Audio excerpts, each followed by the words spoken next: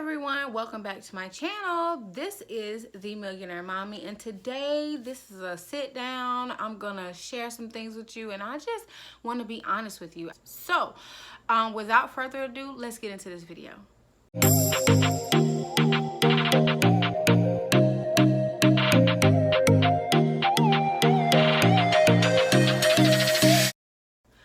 Okay, so this particular video, I wanted to talk about my journey, like, you know, the reason why I chose to have weight loss surgery and my journey to self-love.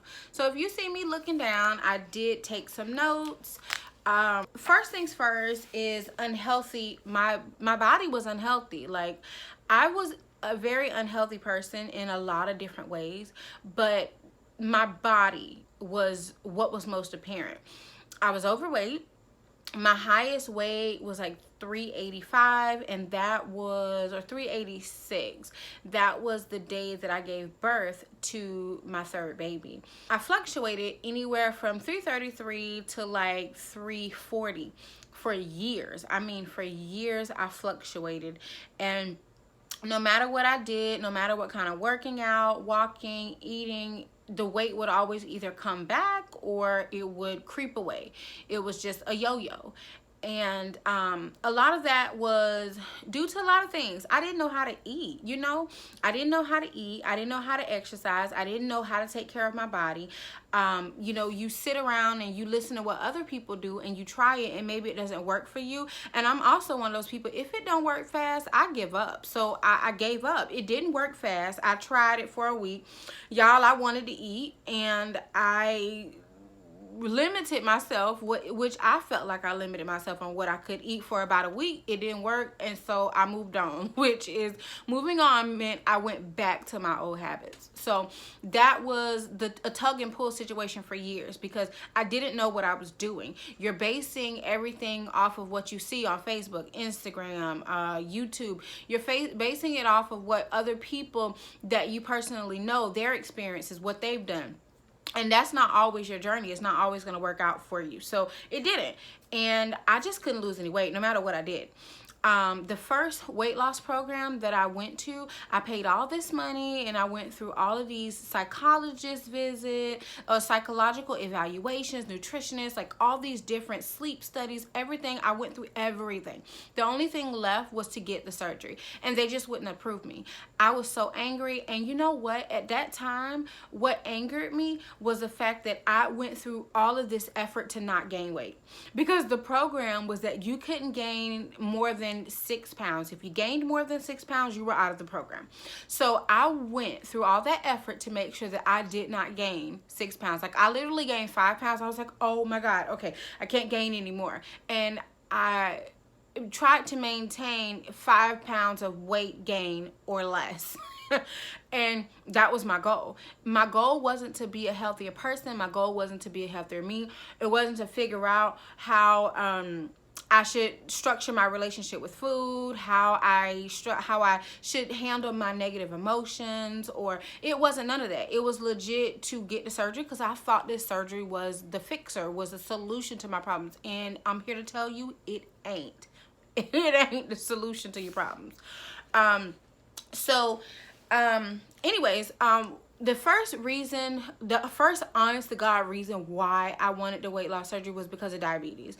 I had gestational diabetes with my first son. He's almost 15, and that's during pregnancy. So that's a long time ago, right? Well, it went away after birth, and shortly after, I think he was a month old when I found out I was pregnant with my second baby, or when I got pregnant with the second baby. And so anyways, gestational diabetes came back, and after I gave birth to the second baby, it stuck around. It didn't go away. My mom was also diabetic. She didn't take care of herself. So a lot of my negative connotation towards the disease or the illness, it stemmed from her. I didn't think it was bad. I didn't think that it was really going to be very harmful. I saw her get up and go to work every day. I saw her live a normal life, and all she had to do was take her medication. So that's what I thought. I would take my medication and it would be okay. It wasn't until I was 25 and I couldn't feel my legs. Like, I had leg weakness. My extremities would have, it's called diabetic neuropathy. So I would have tingliness and numbness in my legs and my feet, and then my hands as well. And it was just, in my legs, it was really, really bad. Not so much in my hands until later years, but it was really, really bad. And I was 25. My A1C, which is my overall blood sugar levels for 3 months, was like 11 something, maybe a 12. I'm not real. I don't listen. It was up there. It was well over 10. It was well over 10. It was really bad. Guys, my sugars were so high that I couldn't do anything but sleep. I couldn't do anything but sleep. Everything I did was sleep. And that was because your body is trying to do the best it can to handle these sugars, and it's working overtime. And all I did was sleep. And it wasn't until the point where I kept having reoccurring reoccurring yeast infections. It wasn't, that's honestly, and you know, I would go to the doctors, and the doctors, they didn't tell me, hey, your sugars are too high. You know, it was more so, well, you know, you need to just take your medicine. Are you taking your medicine? Like, no one was educating on what I should do, how to take care of me. No one was doing that. Just take your medicine. Well, I ended up going to the hospital because I was thirsty all the time. I couldn't wake up. Like, I was falling asleep. Everything I did, falling asleep. I would fall asleep at the red light. Everything I was doing, I was sleeping. And I just felt so nasty and yucky, and just really, I was over it. I went to the hospital, and my sugars was close to 600. Like, legit close to 600. I want to say 582, if I remember. Now, this is a long time ago. This is probably over 10 years ago. So it was, but it was very high, close to 600. And they ended up hospitalizing me for a little bit. I mean, quite some time, because whatever they did, they couldn't get the sugars down. I mean, I was on like a liquid diet. Nothing worked. They was pumping me with insulin, medication. Nothing was working. And anyways, I ended up being away from my babies for almost a week, over a week or so. And, you know, that was heartbreaking. I'm a single mom. Like, there is no mom, there's no dad, no brothers, sisters, just me. And, you know, this is a one-woman show, so what do I do with my kids? And during that time, I don't have control. I'm in the hospital. I'm sick. I can't even take care of me. So, you know, I can't take care of them. That was rough for me. That was really rough. I knew I had to make a change, but I didn't know how. There was other people around me and people in my life, and they did the same things I did. That's why we hung around each other, right? Birds of a feather, y'all know what they do. So I didn't know what to do. I didn't know how to take care of me or how to do better. When I left the hospital, they did give me some instructions on what I could do and how I should eat and exercise. But, you know, the people, like I said, that were in my life, they were not doing that. So for me to be the only one is kind of going against the grain, and I wasn't able to stick to it because I was the oddball, and nobody wants to exercise when we can go and eat chicken wings and french fries, right? No one wants to exercise when we gonna go get us something to drink. Girl, it's Friday night. We just got off work. Let's go get us something to drink and hang out. We can eat pizza, Chinese food, girl, what you want. That's the kind of lifestyle you live, right? At like 25 years old, that's the kind of lifestyle you live.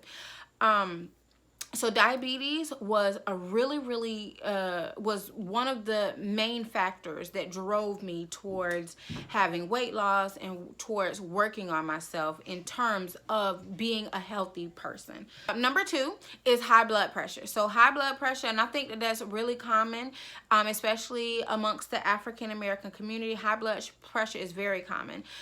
I didn't know what to do with high blood pressures or high blood pressure. I didn't know why I suffered from headaches and different things like that. I thought, well, I'll just take my medicine and I'll be good. Well, they put me on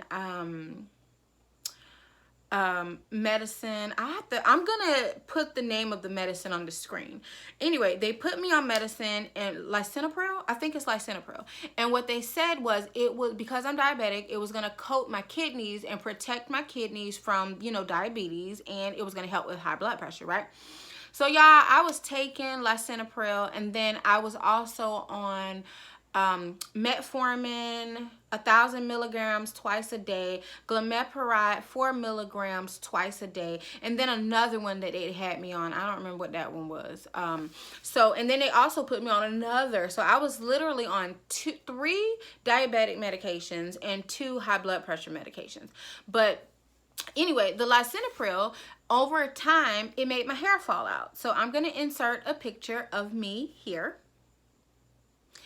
with, this is, you know, prior to my hair falling out. Over the course of time, it would just fall out no matter what I did. Like if I combed it, there was globs of hair in the brush. I could, you know, shake it and there would be strands of hair all over my clothes.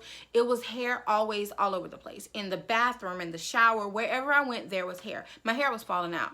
And I didn't realize it. I thought my hair was shedding, but I went to the person, she does my hair. She's been doing my hair for 12 years. Oh, yeah, 12 years. And I went to get my hair done and she says, you know, you have a bald spot in the back. And I can't see the back of my head, but I could feel that it was a lot like thinner, if that makes sense. She said, are you on high blood pressure medication? And I thought, yeah, you know, cause like, how often do you go get your hair done and someone says, girl, you take high blood pressure medicine? Like, that's not usually something that we talk about in the hair salon, right? Anyway, I wasn't in the hair salon. I was in her kitchen. But I told her, yeah. She says, well, what medication is that? I told her, and she says, well, you know, a lot of those blood pressure medications, they are ACE inhibitors. And what they do is they restrict your hair growth. They restrict your hair growth. And so I paused for a moment, because like if you just saw me pause for a moment, I had to think. Like I wasn't trying to go and go deep into it and give you the logistics of the medication, because you may be on a different medication than what I had previously taken.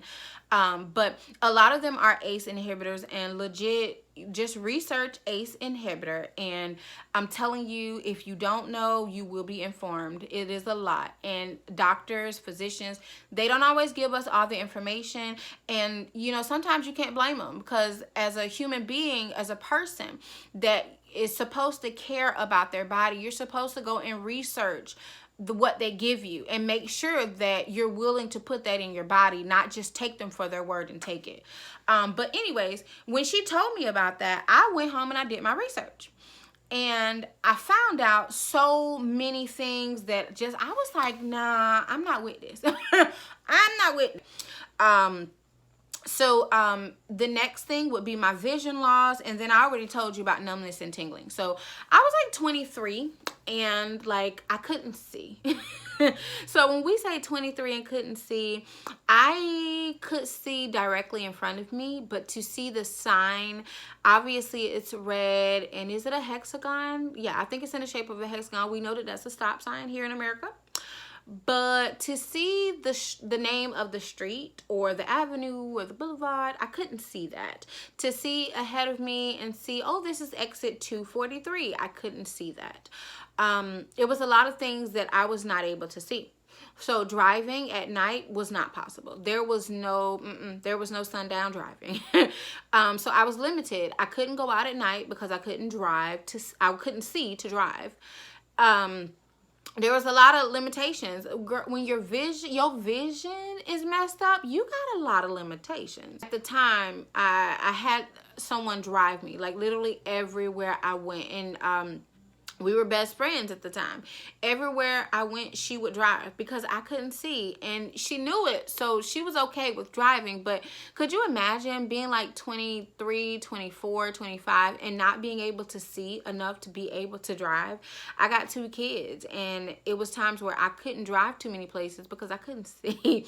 And if I did drive, like let's say in the dark, like y'all, I would go up on the curbs or up on the medians or things like that because I couldn't see, or I would run the risk of, you know, potentially hitting a car. Thank God I've never got into an accident, but I would run the risk because I couldn't see the car, or I couldn't see well enough to see a car.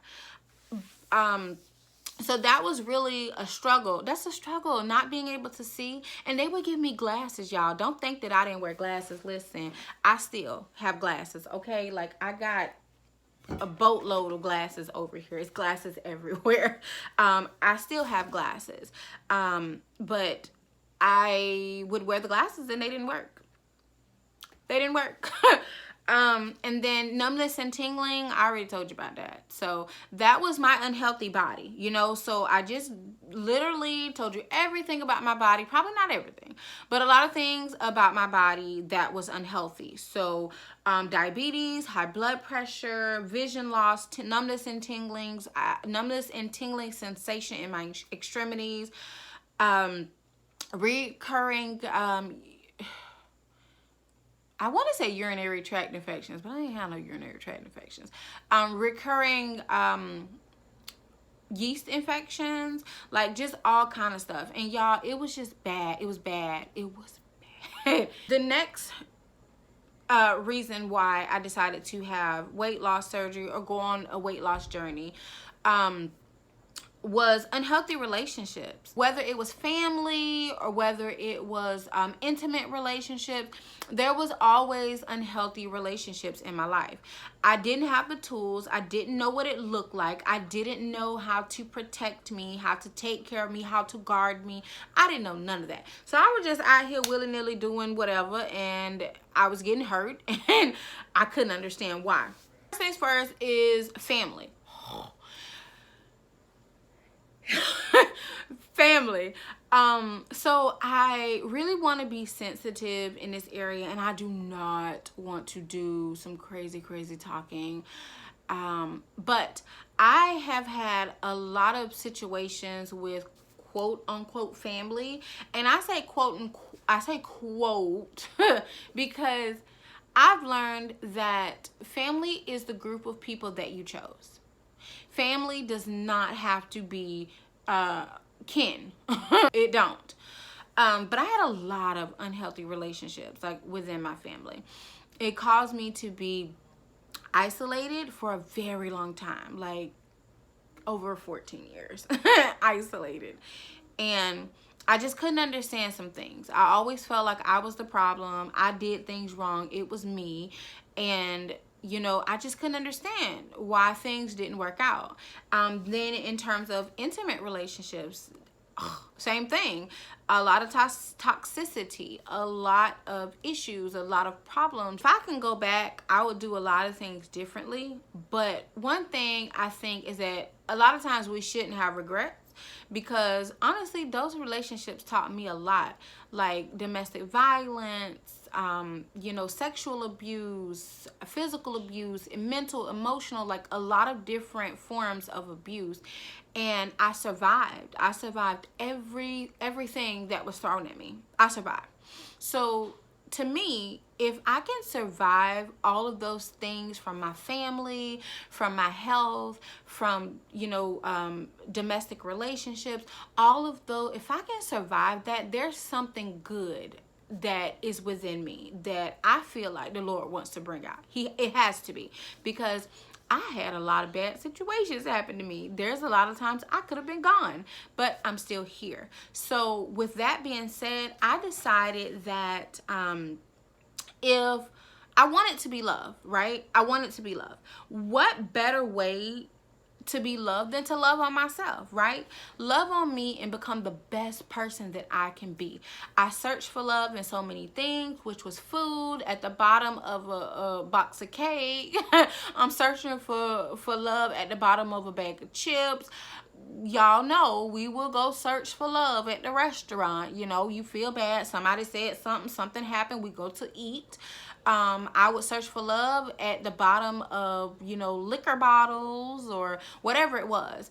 I would search for love in other people, maybe other men, you know, friendships. I want a girlfriend so that we can go hang out and get nails done, pedicures. I searched for love in so many different places, so many different people, so many different things, and I never got it. So I really honestly was at the point where I didn't know what else to do. What else do I do? Because now I've hit rock bottom.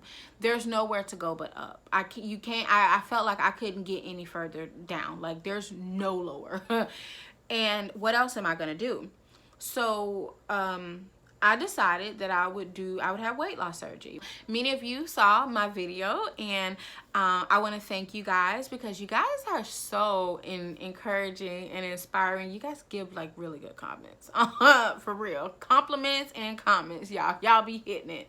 I've gotten emails, like direct messages or DMs on Instagram. Like, it's just, sometimes it's overwhelming, you know, but this was for me. This was to better me so that I can be a better me for them, to love on me so that I can improve me and I can be around for the long haul. I decided to go and seek help with a therapist so that I could do the best, I'm telling you, so I could be the best me I can be. And it helped. It helped so much.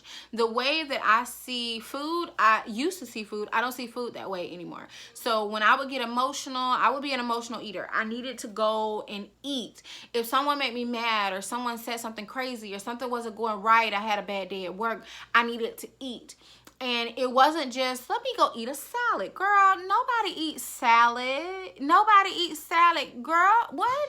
We go eat steak and potatoes, okay? We go eat steak and potatoes. We go get cheesecake. Cheesecake Factory, we coming for you. We go do things like that. That's comfort food. It comforts us. It makes us feel better. I did things like that. When I started going to therapy, it honestly made me process or think about how I ate and my emotions. So now when I am emotional or things happen, y'all, I literally will turn to, if I need to eat something, like I'm craving something, because you know how sometimes you crave something crunchy. So this is my crunchy. This is pistachio. This is my crunchy, and this is my salty. If I am craving... If I'm craving something sweet and I need I need to have something sweet, this is my sweet. So this is a peppermint, sugar-free peppermint. And I prefer it just literally, it gives me what I need. It takes the edge off without me going overboard and blowing my whole day. You have to learn how to combat your emotions, you know, like, because sometimes your emotions overwhelm you. Y'all, your emotions overwhelm you. You have to learn how to handle them, and this is how I manage them. Or if I'm feeling restless, like I don't know what I need something sweet, I need something crunchy, I need something salty, I just need something, I need something, I will go for a walk, or I will go to the gym, or I will put on a workout video and I will work out. I need to do something. But whatever I did before, which was eating and drinking and all those other things that led to an unhealthy me and an unhealthy body, we can't do that. So through therapy, I learned how to navigate away from my negative emotions and not use food as a coping mechanism.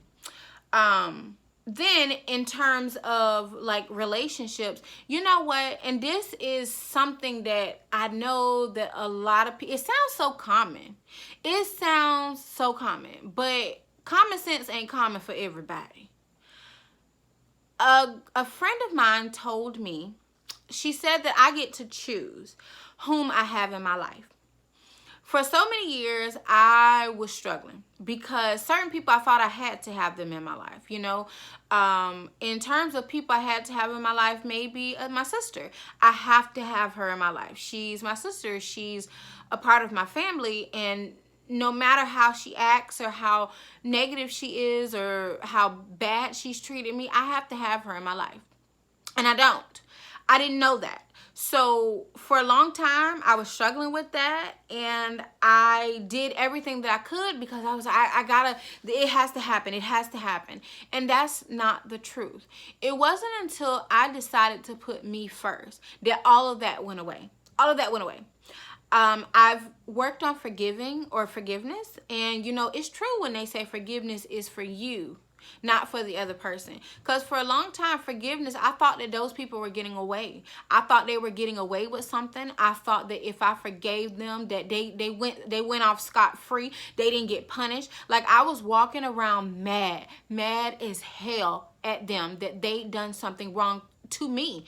And they were off living their life, having a good time, going on vacations and trips and all kind of stuff. And I was sitting over here just a sourpuss. And it wasn't until I really started going to therapy that I realized that that's not the way it is. I needed to forgive. I needed to forgive for me. So I know that this video is so long and I'm so sorry. But this is something that I wanted to say for a very long time. So it, one point, now this pre-COVID, I really went through, like I said, a rock bottom. And this was the most challenging time. I was going through the process of finding out that my baby was autistic. He couldn't speak. He couldn't tell me anything. Like, he didn't say anything. I didn't know if he was hungry. I didn't know anything. And I was beside myself, because what do I do? And going through the process, it was so stressful and it was tiresome, and it's just me. So I didn't have anybody to turn to. Other parents didn't understand because they didn't have autistic kids. So I was all alone. I felt alone. I felt so isolated. Like, I was legit isolated. I remember literally laying on the floor of my closet, legit in the fetal position. If you can imagine, laying down in the fetal position. And I was crying out to God because I had so much pain and so much turmoil in my heart. And I was so upset because I wanted better. I wanted to do better. I wanted to be better, but I just couldn't figure out how to do it. And I couldn't figure out how to let all of the pain that was inside go. I couldn't do it. People say, you got to let it go. You got to forgive. How do I do it? You know, they tell you that you got to do it, but they don't tell you how to do it. So that was, I think, 2019. Fast forward, this is 2021. This is July 2021. And I realized that my healing has taken place. Like, it's full circle now. The people that have harmed me or hurt me, I've been able to forgive them. The things that used to plague my mind or that bothered me so bad and would make me feel like I needed to go get a drink, or make me feel like I needed to smoke one, or would make me feel like, come on, let's go eat. I have healed from those things. And y'all, that's powerful. I'm telling you, you don't know exactly how powerful it is until you went through it. It's powerful. It is so powerful. I've had people that have been out of my life for years come back, and I thought, oh, I'm going to do this to them. Or if I ever see them, I felt that way. Now I see them and I greet them with a smile or a hug. How are you? Oh my God, it's so good to see you, and keep moving. I don't have to have you in my life. Just because you hurt me or you harmed me at one point in time, I see you and I smile and I'm happy that things are doing good and I wish you well, doesn't mean I have to have you a part of my life. But it does mean that I've forgiven you. I've forgiven you enough to heal from me. So, with that healing taking place, I believe that I've become a better me. And I think that this is a part of my journey. I wanted to share it because maybe it's somebody else out there that you don't know you need therapy, or you don't know that therapy can help you. Like, you just don't know. And legit, that was the best thing I ever did. That was the best thing I ever did. So my therapist is Dominican and she has such a heavy accent. And I thought, yo, I ain't, bruh, nah, I don't even know what she's saying. Listen, that lady, I love my therapist. Like, I love her. We sit on the phone even after therapy is over because she's not here. So we do FaceTime. And sometimes I will go, and visit her. But we sit on the phone after therapy over and just sit up and talk. We'll pray and everything together. Like, she is the truth. I'm so grateful. I'm so grateful that I answered the call or that I rose to the occasion. I'm so grateful that I did that. Y'all, it's the best thing ever. I'm taking care of me. I'm taking care of me. I'm doing everything for me. I do post on Instagram. I know I'm so not the best at it. I don't even know how to use the app. But I try to post my workouts on Instagram. Like, I'm always in the comments, and I comment back and forth with you guys when you send me comments. Like, I'm really working on it. I'm working on it, and I think that it shows. I really think that it shows. I hope that I can encourage you to work on you, whether it's just a small step, whether it's just getting out the house, taking a small walk. Maybe it's you decide to take something out of your diet for this week. I don't know. Maybe you need to take a fast and fast from social media or whatever it is. I hope that I encourage you to take a small step for you. And don't think that it's a giant step or a giant leap. You can't do giant leaps at one time. You got to take small steps, because those small steps equal up to a huge change over the course of time. So be encouraged today that you can do it. You can do it. You didn't put all your weight or all your stress, all your drama, all your problems, you didn't put all of that on in one day. It's going to take some time to get it off of you. Yeah, it took 14 years to get depression and anxiety and fear and just a lot of things off of me. And y'all, I'm so grateful for having this freedom and like this weight lifted off of me, like literally the pounds, but the weight that was on my shoulders holding me down. So grateful to have that lifted off of me. And just, I can't even, you know what, it scares me. It scares me where I'm about to go. Like, it scares me how successful I'm going to become. That is just how serious this is. It scares me. I'm so grateful. So the Bible says, if you abide in me and my words abide in you, you shall ask whatever you will and it shall be done. Y'all, I'm so grateful that, like, I allowed him to fill me and to use me and to change me and to mold me and just get in there and scrub some stuff. And I'm grateful for it. I'm so grateful. And so I hope that I've encouraged you. I hope that you get out there and just do something good for you, like, for real. Just do something good for you. Again, I'm so sorry for my long video. I know I wrote notes and went over my notes. Y'all, I don't know if I'm good at this, but anyways, thank you guys for watching this video. As always, please don't forget to comment. You know, I get tired of saying subscribe and like and all of that stuff. Sometimes it's not even about the numbers. Legit, I so enjoy commenting back and forth with you guys. I always try to comment back or respond or reply to the comments, you know, and maybe not so much the negative ones. Sometimes you gotta leave them, let negative Nancy, you know, be negative. But I try to respond to you guys and give you guys really good encouragement, because sometimes you need that. Sometimes you need support. Y'all don't know who has support and who don't have support. I didn't have no support for quite some time, and if I can do this journey all on my own, if I can get up every morning and exercise and not know how to work Instagram, but I got 2 teenagers that will help, like, if I can do it, anybody can do it. So just get up and get out there and do it. Take a chance. Take a chance. All right, y'all. Thank you so much for watching my video. I hope that you guys enjoyed, and I hope to see you in the next video.